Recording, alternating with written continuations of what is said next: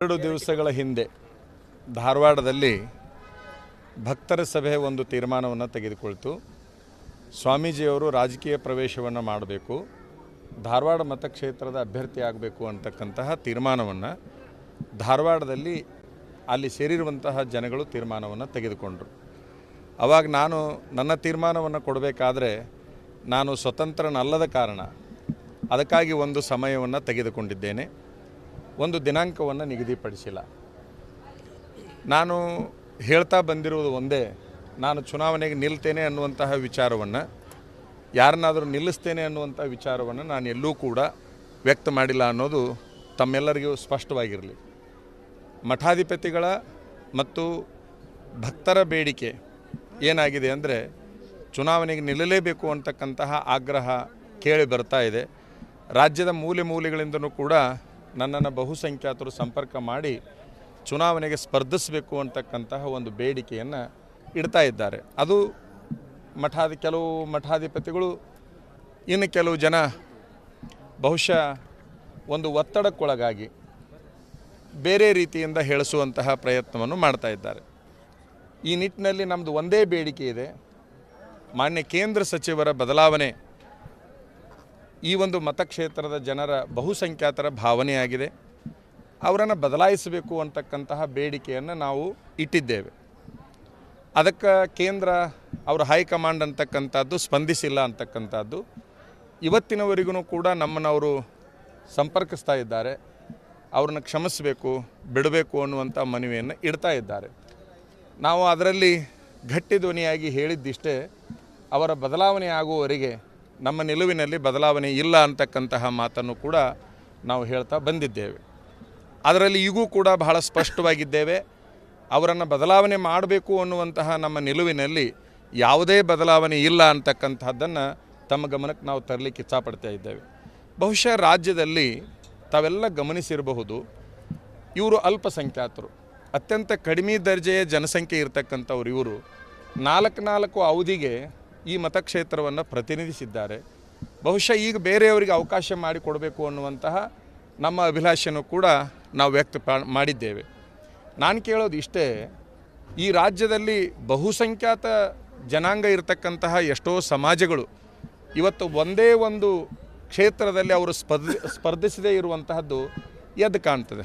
ಉದಾಹರಣೆಗಾಗಿ ತಮಗೆಲ್ಲ ಗೊತ್ತಿರಬಹುದು, ನಮ್ಮ ರಾಜ್ಯದೊಳಗೆ ಒಂದು ದೊಡ್ಡ ಸಮಾಜದ ಹಿರಿಯ ನಾಯಕರು ಈಶ್ವರಪ್ಪನವರು, ಅವ್ರನ್ನ ನಿರ್ಲಕ್ಷ್ಯ ಮಾಡಿದರು. ಜೊತೆಗೆ ಅವ್ರಿಗೇನೋ ಒಂದು ಆಶೆ ಹುಟ್ಟುವಂಗೆ ದಿಲ್ಲಿಗೆ ಬರಲಿಕ್ಕೆ ಹೇಳಿ ಅವಮಾನ ಮಾಡಿರ್ತಕ್ಕಂಥದ್ದು.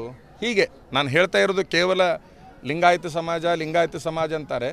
ನಾನು ಕೇವಲ ಲಿಂಗಾಯತ ಸಮಾಜವನ್ನು ಪ್ರತಿನಿಧಿಸಿ ನನ್ನ ವಿಚಾರಗಳನ್ನು ಹೇಳ್ತಾ ಇಲ್ಲ.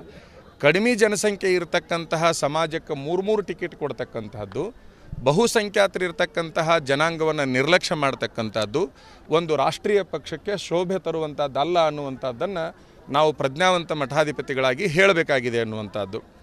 ಇನ್ನೂ ಒಂದು ಬಹಳ ನೋವಿನ ಸಂಗತಿ ಅಂತಂದರೆ, ಒಂದು ರಾಷ್ಟ್ರೀಯ ಪಕ್ಷ ಇಡೀ ದೇಶದಲ್ಲಿ ಕಡಿಮೆ ಸಂಖ್ಯೆ ಇರುವ ಜನರ ಹಿಡಿತದಲ್ಲಿರ್ತಕ್ಕಂಥದ್ದನ್ನು ಕೂಡ ಆ ಪಕ್ಷದ ಒಂದು ಹಿತದೃಷ್ಟಿಯಿಂದ ಅದು ಒಳ್ಳೆಯದಲ್ಲ ಅಂತಕ್ಕಂತಹ ಒಂದು ವಿಚಾರವನ್ನು ಕೂಡ ನಾವು ಹೇಳ್ತಾ ಬಂದಿದ್ದೇವೆ ಅಂತಕ್ಕಂಥದ್ದು.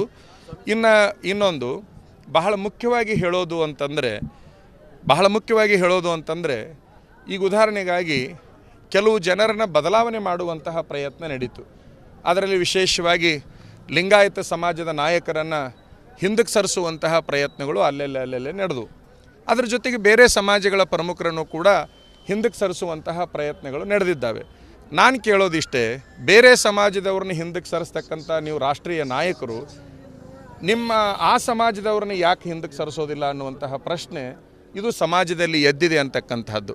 ಬಹುಶಃ 2-3 ಅವಧಿಗೆ ಬೇರೆ ಸಮಾಜದವ್ರನ್ನ ಹಿಂದಕ್ಕೆ ಸರಿಸ್ತಕ್ಕಂಥದ್ದು, ಬಹುಶಃ 5 ಅವಧಿಗೂ ಇವರು ಮುಂದುವರಿತಾರೆ ಅಂತಂದರೆ ಇವರಿಗೆ ರತ್ನಗಂಬಳಿ ಹಾಸ್ತಕ್ಕಂಥದ್ದು ಈ ನಾಡಿನ ಪ್ರಜ್ಞಾವಂತ ಮತದಾರರಿಗೆ ತಿಳಿತಾ ಇದೆ ಅಂತಕ್ಕಂಥದ್ದು ನಮ್ಮ ಅಭಿಪ್ರಾಯವಾಗಿದೆ ಅನ್ನುವಂಥದ್ದನ್ನು ಕೂಡ ಈ ಸಂದರ್ಭದಲ್ಲಿ ತಮ್ಮೆಲ್ಲರ ಗಮನಕ್ಕೆ ನಾನು ತರಲಿಕ್ಕೆ ಇಚ್ಛಪಡ್ತೇನೆ ಅಂತಕ್ಕಂಥದ್ದು. ಇನ್ನೂ ಒಂದು ಬಹಳ ಸೂಕ್ಷ್ಮವಾದ ವಿಚಾರ ತಮಗೆ ಹೇಳೋದು ಅಂತಂದರೆ, ನಾವು ಯಾವಾಗ ಈ ಧ್ವನಿಯನ್ನು ಎತ್ತಿದೀವೋ ಆವಾಗ ಈ ನಾಡಿನಲ್ಲಿ ಕೆಲವು ಲಿಂಗಾಯತ ಸಮಾಜದ ಮುಖಂಡರನ್ನು ಕೆಲವು ಲಿಂಗಾಯತ ಸಮಾಜದ ಪ್ರಮುಖರನ್ನು ಯಾವುದೋ ಮೂಲದಿಂದ ಆಕರ್ಷಣೆ ಮಾಡಿಕೊಂಡು ನಮ್ಮ ವಿರುದ್ಧ ಹೇಳಿಕೆ ಕೊಡಿಸುವಂತಹ ಪ್ರಯತ್ನವನ್ನು ಮಾಡ್ತಾ ಇದ್ದಾರೆ.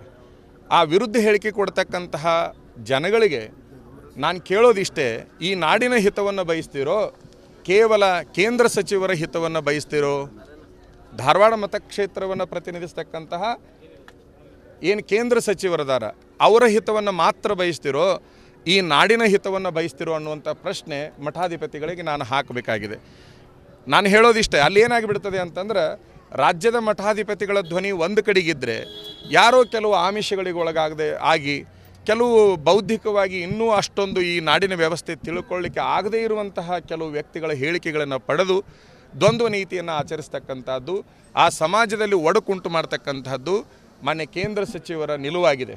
ತಮಗಿನ್ನೂ ಒಂದು ಅಲ್ಲಿ ಹೇಳೋದು ಅಂತಂದರೆ, ನಾನು ಹೇಳೋದು ಇಷ್ಟೇ, ನಿಮ್ಮ ಸಮಾಜದಲ್ಲೂ ಸ್ವಾಮಿಗಳಿದ್ದಾರೆ, ಅವರ ಹೇಳಿಕೆಯನ್ನು ತಾವು ಎಲ್ಲೂ ಕೂಡ ಕೊಡಿಸ್ತಾ ಇಲ್ಲ.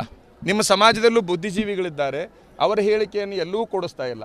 ಒಬ್ಬ ಲಿಂಗಾಯತ ಮಠಾಧಿಪತಿಗಳು ನಿಮ್ಮ ವಿರುದ್ಧ ಧ್ವನಿ ಎತ್ತಿದಾಗ ಅದೇ ಲಿಂಗಾಯತ ಸಮಾಜದ ವ್ಯಕ್ತಿಗಳಿಂದ, ಅದೇ ಲಿಂಗಾಯತ ಸಮಾಜದ ಮಠಾಧಿಪತಿಗಳಿಂದ ಹೇಳಿಕೆಗಳನ್ನು ಕೊಡಿಸ್ತಕ್ಕಂಥದ್ದು, ವಸೂಲಿ ಹಚ್ಚತಕ್ಕಂಥದ್ದು ನಮ್ಮ ಲಿಂಗಾಯತ ಸಮಾಜವನ್ನು, ಇತರ ಸಮಾಜಗಳನ್ನು ಒಡೆದಾಳುವ ನಿಮ್ಮ ನೀತಿ ಈಗಾಗಲೇ ಬಹಿರಂಗಗೊಂಡಿದೆ. ಬಹಳ ಸ್ಪಷ್ಟವಾಗಿ ಹೇಳಲಿಕ್ಕೆ ಇಚ್ಛಪಡ್ತೇವೆ, ಯಾವುದೇ ಪರಿಸ್ಥಿತಿಯಲ್ಲಿ ನಮ್ಮ ಹೋರಾಟ ಬಹಳ ಅಚಲವಾಗಿರುವಂಥದ್ದು. ನಾನು ತಮಗೆ ಹೇಳಿದ್ದೇನೆ, ಬೆಂಗಳೂರಿನಲ್ಲಿ ಶೀಘ್ರದೊಳಗೆ ಸುದ್ದಿಗೋಷ್ಠಿಯನ್ನು ಕರೆದು ನನ್ನ ನಿಲುವನ್ನು ಪ್ರಕಟ ಮಾಡ್ತೇನೆ ಅನ್ನುವಂಥದ್ದನ್ನು ಹೇಳಿದ್ದೇನೆ. ಈಗಾಗಲೇ ರಾಜ್ಯದ ಬಹುಸಂಖ್ಯಾತರ ಅಭಿಪ್ರಾಯಗಳನ್ನು ಸ್ವೀಕರಿಸ್ತಾ ಇದ್ದೇನೆ. ಯಾಕೆ ಅಂದರೆ ನನ್ನ ನಿಲುವು ಅದು ಕೇವಲ ಧಾರವಾಡ ಮತಕ್ಷೇತ್ರಕ್ಕೆ ಮೀಸಲಾಗೋದಿಲ್ಲ. ತಾವೆಲ್ಲ ಮಾಧ್ಯಮದವರು ಸಾರ್ವಜನಿಕರು ಗಮನಿಸಬೇಕು, ನಾನು ತೆಗೆದುಕೊಳ್ಳುವ ನಿಲುವು ಏನಿದೆ ಅದು ಕೇವಲ ಈ ಧಾರವಾಡ ಮತಕ್ಷೇತ್ರಕ್ಕೆ ಮೀಸಲಾಗಿತ್ತು ಅಂದರೆ ಶೀಘ್ರದೊಳಗೆ ನಾನು ನನ್ನ ಹೇಳಿಕೆಯನ್ನು ಬಿಡುಗಡೆ ಮಾಡ್ಬೋದಾಗಿತ್ತು. ನನ್ನ ನಿಲುವು ಅದು ರಾಜ್ಯಕ್ಕೂ ಪರಿಣಾಮವನ್ನು ಉಂಟು ಮಾಡುತ್ತೆ ಮತ್ತು ರಾಷ್ಟ್ರಕ್ಕೂ ಪರಿಣಾಮವನ್ನು ಉಂಟು ಮಾಡುತ್ತೆ ಎನ್ನುವಂತಹ ಪ್ರಜ್ಞೆ ನಮಗೆ ಬಂದಿರೋದರಿಂದ, ಬಹುಸಂಖ್ಯಾತ ಬುದ್ಧಿಜೀವಿಗಳು ಆ ಅಭಿಪ್ರಾಯವನ್ನು ವ್ಯಕ್ತಪಡಿಸಿದ್ರಿಂದ ದುಡುಕಿನ ನಿರ್ಧಾರವನ್ನು ತೆಗೆದುಕೊಳ್ಳಲಾರದೆ ಬಹಳಷ್ಟು ಚಿಂತನ ಮಂಥನಗಳನ್ನು ಮಾಡಿಕೊಂಡು ಹಿರಿಯರನ್ನು ಸಂಪರ್ಕ ಮಾಡಿಕೊಂಡು ಒಂದು ನಿರ್ಧಾರವನ್ನು ಪ್ರಕಟ ಮಾಡಬೇಕು ಅನ್ನುವಂತಹ ವಿಚಾರ ಹೇಳಿದ್ದಕ್ಕಾಗಿ ನಾವು ಸಮಯವನ್ನು ತೆಗೆದುಕೊಳ್ತಾ ಇದ್ದೇವೆ. ಹಾಗಂತೇಳಿ ಬಹಳಷ್ಟು ಸಮಯವನ್ನು ತೆಗೆದುಕೊಳ್ಳೋದಿಲ್ಲ. ಶೀಘ್ರದಲ್ಲಿ ನಮ್ಮ ಅಭಿಪ್ರಾಯವನ್ನು ಬೆಂಗಳೂರಿನಲ್ಲಿ ಸುದ್ದಿಗೋಷ್ಠಿ ಮಾಡಿ ಹೇಳ್ತೇವೆ. ಈಗ ನಾವು ಮದುವೆಗೆ ಬಂದಂಥ ಸಂದರ್ಭದಲ್ಲಿ ತಾವು ಕ್ಯಾಪ್ಟನ್ ಅರ್ಜುನ್ ಕೊಂದಿದ್ದು ಯಾರು? ಅವ್ರ ನರೇಟಿವ್ ಎಲ್ಲಿ ತಂದಿಟ್ಟಿದ್ದಾರೆ ಅಂತಂದ್ರೆ ಸಂಪತ್ತನ್ನ ಹಂಚಿಬಿಡೋದು ಅಂತ. ಇದು ಸ್ಟುಡಿಯೋ ಟಿಪ್ಪು ಜಯಂತಿ ಮಾಡಕ್ಕೆ ಅವ್ರಿಗೆ ಖಂಡಿಸಿದ್ರು. Very nice. ಯಾರು ತಪ್ಪು ಮಾಡಿರೋದಿಲ್ಲಿ? ಓಲೈಕೆ ಹೇಳಿಕೆ ಇದು ಅಂತ ಹೇಳಿ ಯಾಕೆ ಪರಿಗಣಿಸಬಾರದು? ವೇದಿಕೆ ಇದು ಫೋಟೋ ಎಲ್ರಿಗೂ ಒಂದು ಟೈಮ್. ನಿಮ್ಮ ಸಮಯ ಮುಗಿದಿದೆ. ಅವ್ರು ಹೇಳಕ್ಕಿಂತ ಮುಂಚೆನೆ ಹೇಗೆ ಪ್ರತಾಪ್ ಸಿಂಹ ಪಾಸ್ ಕೊಟ್ಟಿದಂತ ಆಗ್ಲಿ ಡಿಕ್ಲೇರ್ ಆಗೋಗಿತ್ತು ಅಂತ ನನಗೊಂದು ಡೌಟ್ ಬಂತು. ಸಾಕು ನಿಲ್ಸಿ. ಕೆಟ್ಟ ಪದ ಬಳಕೆ ಕಾಂಪಿಟೇಷನ್ ಇಟ್ಟಿಲ್ಲ ನಾವಿಲ್ಲಿ.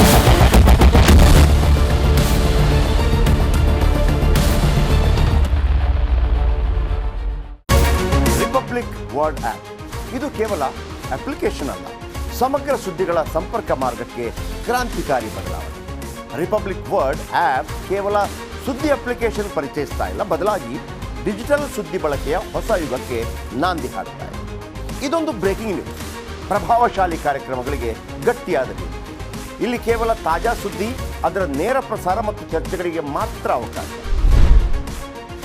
ರಿಪಬ್ಲಿಕ್ ವರ್ಲ್ಡ್ ಆಪ್ ಡೌನ್ಲೋಡ್ ಮಾಡಿಕೊಳ್ಳಿ. ಗೂಗಲ್ ಪ್ಲೇಸ್ಟೋರ್ ಮತ್ತು ಆಪಲ್ ಆಪ್ ಸ್ಟೋರ್ನಲ್ಲಿ ಲಭ್ಯವಿದೆ.